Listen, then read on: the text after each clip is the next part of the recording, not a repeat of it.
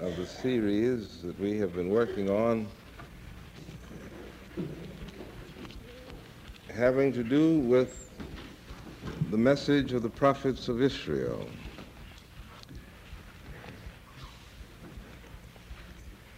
It has been a very significant journey that we have been taking together, and I hope that as a result of it, many fresh insights have come to us all, and that we subsequently will draw rather heavily upon the written pages of the prophets as we try to think our way through the fitful days that stretch out immediately ahead of us. I want to read a little from the prophet Micah, in the 4th chapter of Micah. But in the last days it shall come to pass that the mountain of the house of the Lord shall be established in the top of the mountains, and it shall be exalted above the hills, and people shall flow unto it. And many nations shall come and say, Come, and let us go up to the mountain of the Lord, and to the house of the God of Jacob, and he will teach us of his ways, and we will walk in his paths. For the law shall go forth of Zion, and the word of the Lord from Jerusalem.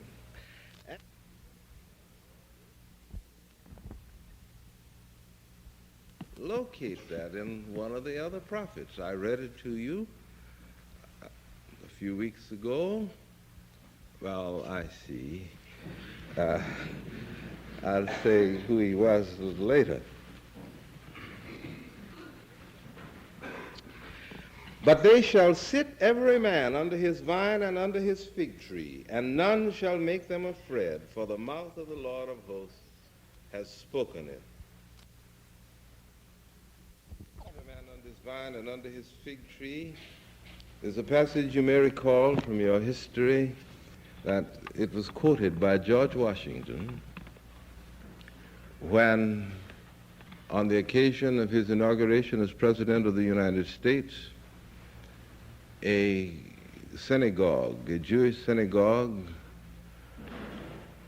through its leader, addressed a letter to the President congratulating him and congratulating the country because they had finally come through a rather difficult time and established what seemed to them at that time to be the foundation of a new and creative experiment in government. And when George Washington answered this Jewish synagogue, he expressed his deep appreciation for the fact that they had so recognized the significance of this moment in American history. And then he said, "It is my wish that the future of America will be of such that every man shall sit under his vine and under his fig tree, and none shall make him afraid." I wonder what would he say today? Could he quote that? But that is not on the point. Now there's one other passage I'd like to read that also has been on the lips of someone very recently. Wherewith shall I come before the Lord and bow myself before the high God? Shall I come before him with burnt offerings, with calves of a year old? Will the Lord be pleased with thousands of rams or with 10,000s of rivers of oil? Shall I give my firstborn for my transgression, that references to child sacrifice. Shall I give my firstborn for my transgression, the fruit of my body for the sin of my soul? He hath showed thee, O man, what is good. And what doth the Lord require of thee, but to do justly, and to love mercy, and to walk humbly with thy God? Who quoted that not very long ago? You remember? Well, I heard you. It's very interesting. Now, I would like to read Moffat's translation of that same passage, just for your own. How shall I enter the Eternal's presence and bow before the God of heaven? Shall I come to him with sacrifices, with yearling calves to offer? Would the Eternal care for rams in thousands, or for oil flowing in myriad streams? Shall I offer my firstborn son for my sin, fruit of my body for guilt of my soul? O man, he has told you what is good. What does the Eternal ask from you but to be just and kind, and live in quiet fellowship with your God? Now,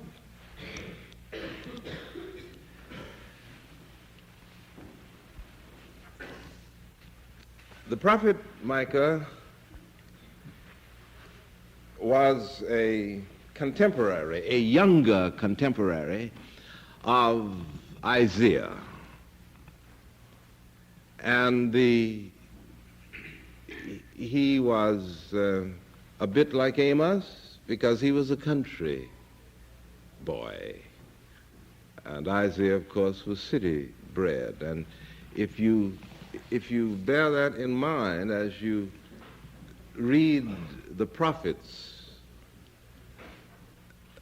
much light will be thrown on the insights which they give, because the attitude and the point of view of a city dweller is different from the attitude and the point of view of a non-city dweller. A city dweller has to struggle very hard for his individual survival. He is not cushioned by the group awareness that surrounds a person who lives in a simpler, more pastoral environment, and therefore the city dwellers have to be very much more self-conscious. And if the city dweller is more self-conscious than the rural dweller, this is generally true, then it means that the city dweller is much more conscious of any impositions upon him. If he is more conscious of himself, he is therefore more conscious of everything that happens to him. So that always it is this self-consciousness on the part of the city dweller that again and again is responsible for the emphasis in the prophets on social justice, social inequalities, as contrasted with the emphasis of the more rural-minded prophet at another level of concern. Now, the prophet Micah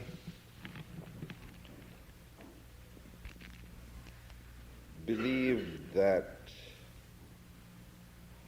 people under stress and strain, when things are not going well, they're willing to make any kind of dramatic gesture to appease the gods. So he says, wherewith shall I come before God? What? He's disturbed. God is disturbed about me.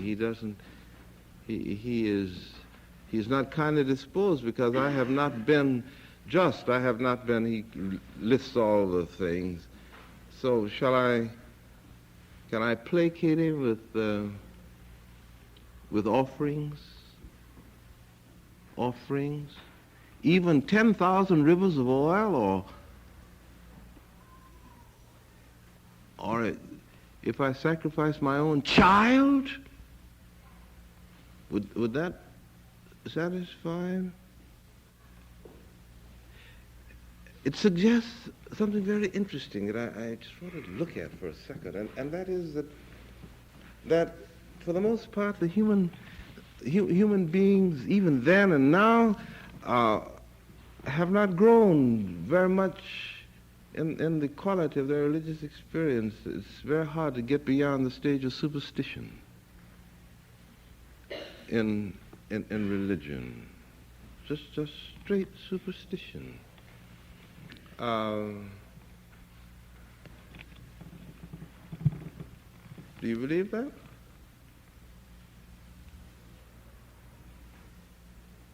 When your times are out of joint, when things are not going right with you, when event after event seems to disintegrate instead of holding together where you're concerned, when everything you touch withers and turns to ashes, when all the tidings that float in your direction are bad tidings,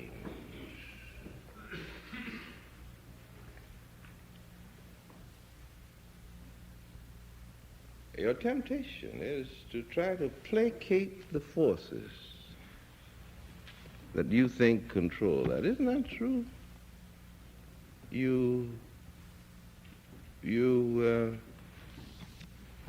find yourself sometimes even reading the Bible. Just reading the Bible and learning how to pray in your way, dropping into a church,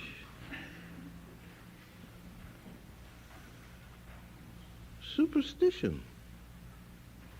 That's what he's talking about.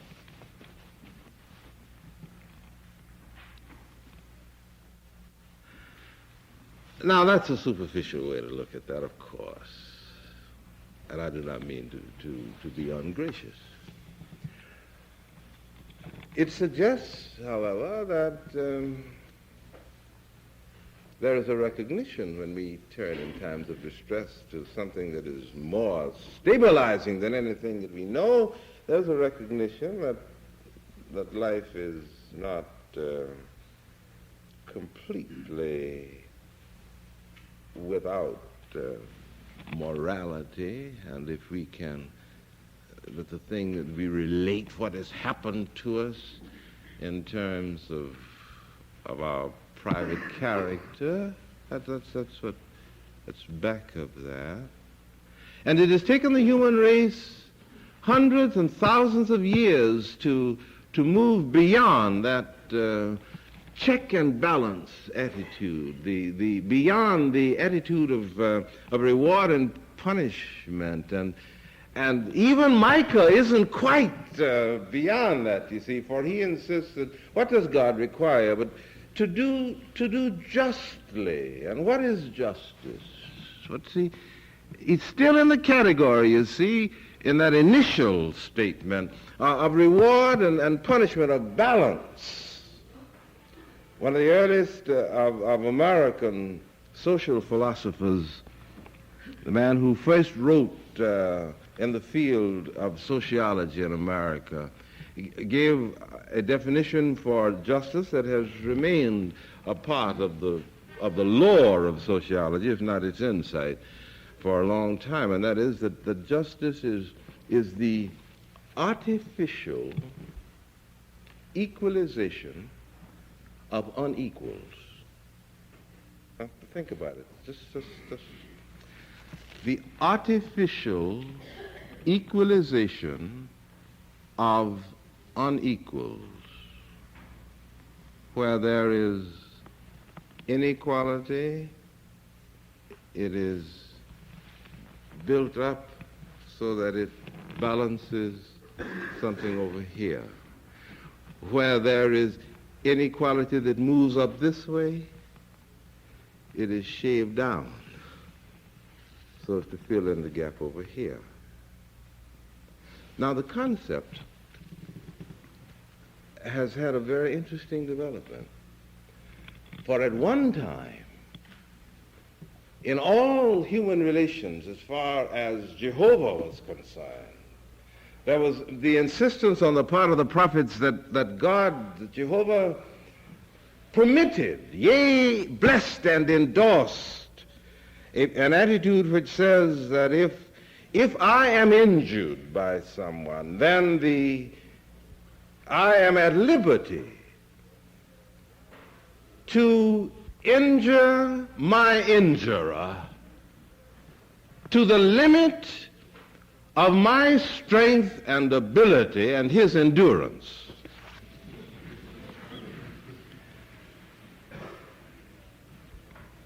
And for hundreds of years, that was it. If you injured me, then I could pay you back as long as I had the will and the strength and you survived.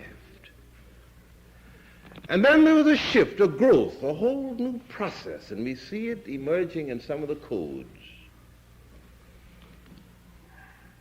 Something that is called the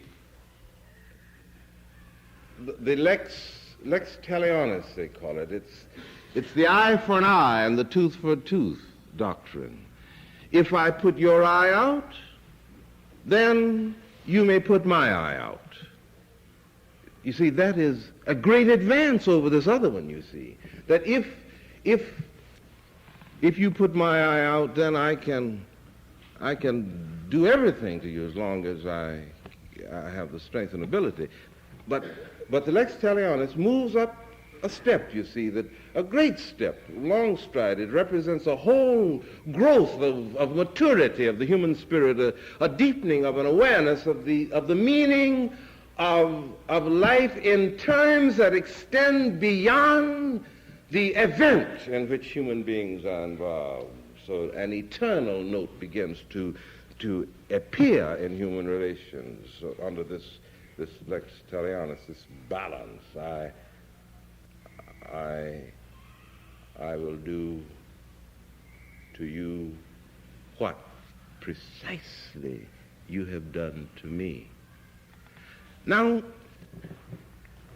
the third step is the step that appears in the second part of what Micah has to say, to love mercy. And we find this expressed in the Sermon on the Mount, because all this review of the evolution of the doctrine of justice in human relations appears in the Sermon on the Mount in the same manner that I'm describing it here. And Jesus insists, you see, that mercy is more important than justice. Micah says that Israel should love mercy, and if it loves mercy, then will it do justly?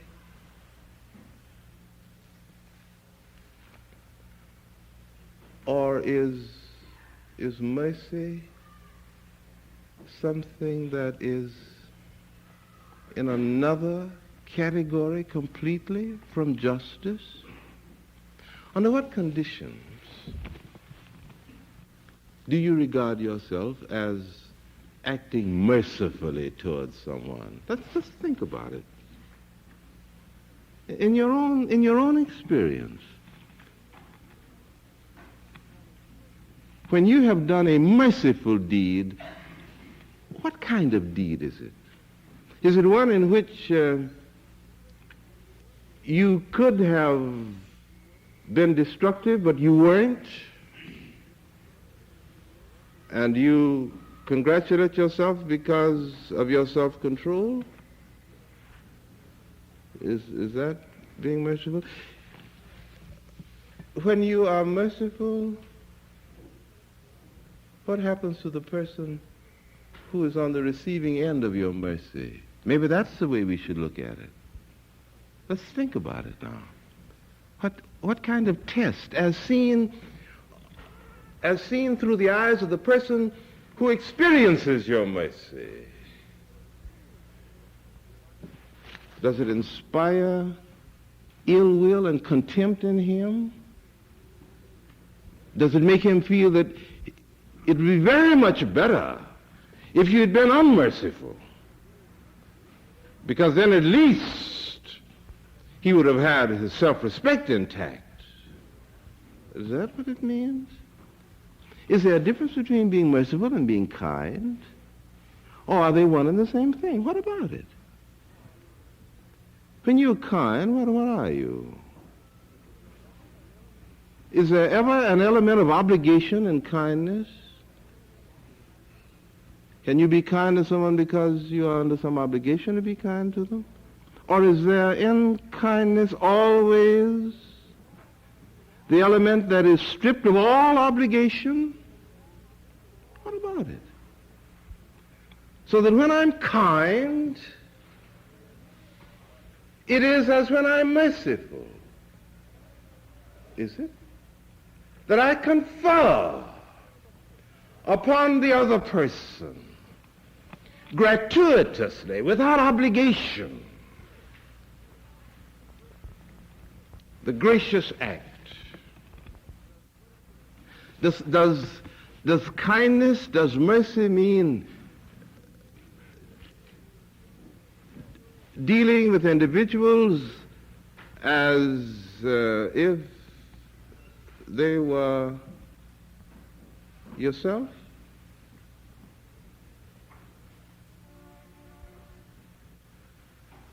So that, or is that too narrow an interpretation? Does kindness mean dealing with people as if they were more than yourself?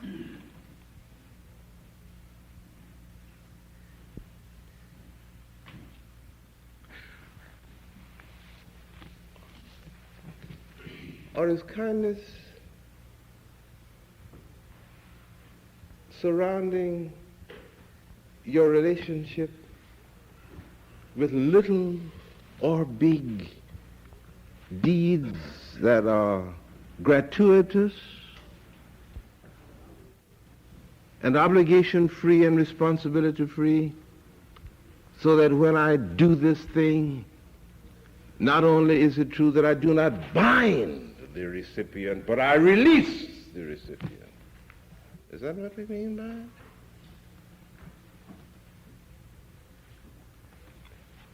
One very subtle thing about mercy and about kindness is that when someone has been kind to you, one thing is always true: you can't ever pay them back. You can't repay the kind act. Have you ever tried?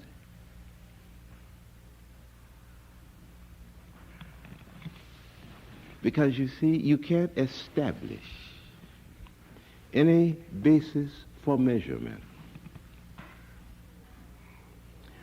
When Oscar Wilde was being brought from the court of bankruptcy back to prison, handcuffed to the arm of the sheriff, as they walked down the long corridor in this great place, The crowd was milling all around, and they jeered and did all sorts of things because Oscar Wilde was a very unpopular prisoner. And then when they came to the center of this stirring group of people, one man stepped out from the crowd, lifted his hat, held it at attention, and bowed his head until the prisoner and the sheriff passed. And that silent act hushed the jeering crowd into silence. And Oscar Wilde, writing about it the next day from his prison, said, "This simple act of unasked for kindness, this gratuitous expression of a kind and gracious heart, has made," to quote him, "the desert of my prison blossom like the rose." When someone has been kind to you,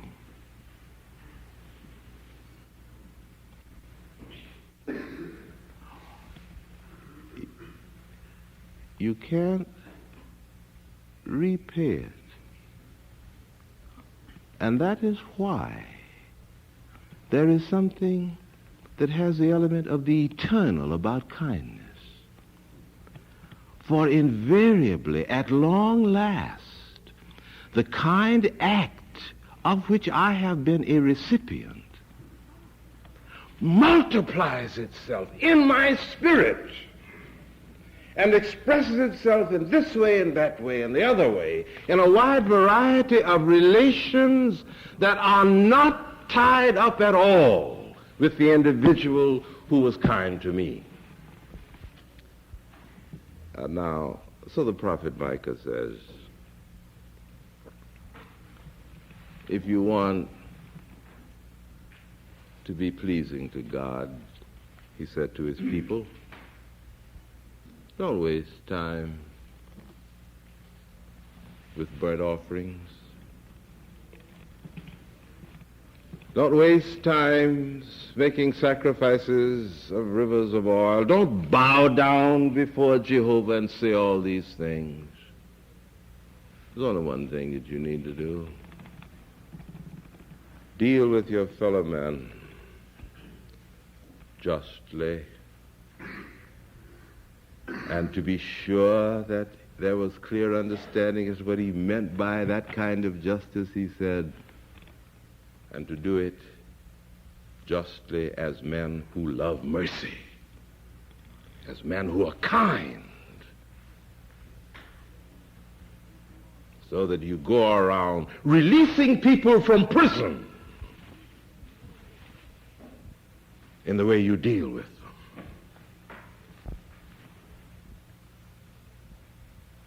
And then finally he said, walk humbly with God.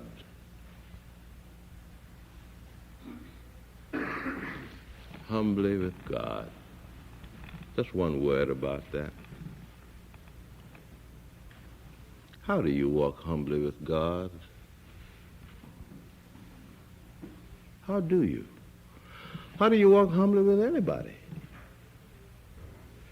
By always measuring yourself by the other person?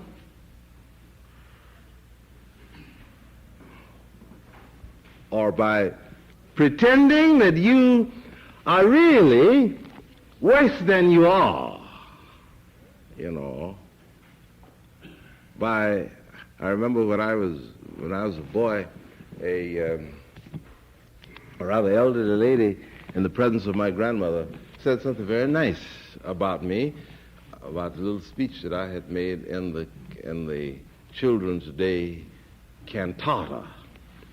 And, well, you don't make a speech in a cantata. Well, anyway, it was something like that. And when she said this very nice thing to me, I said, oh, Mrs. Murray, don't say anything like that. And my grandmother watched this performance. And then when Mrs. Murray went on her way, my grandmother said, I'd like to tell you something, and that is that before life gets through with you, there'll be so many people who will say ungracious things about you that whenever anybody wants to say any kind word about you, be sure to let them do it.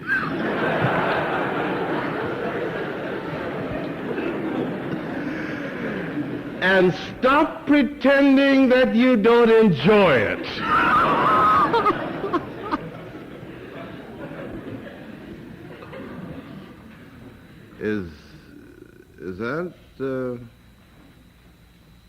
Is that what we mean by humility?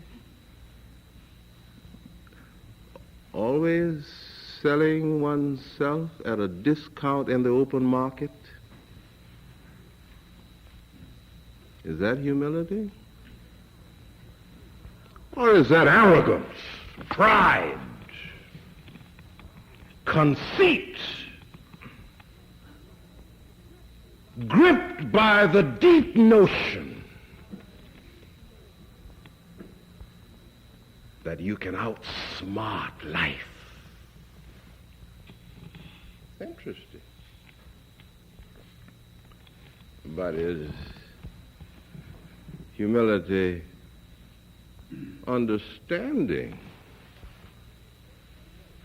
what my equipment is? Coming to grips with who I am, what I am, as accurately and as fully as possible. A clear-eyed appraisal of myself, and in the light of the dignity of my own sense of being, I walk with God. Step by step,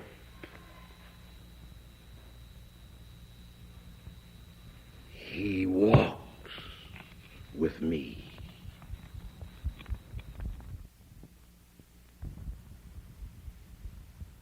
This is I,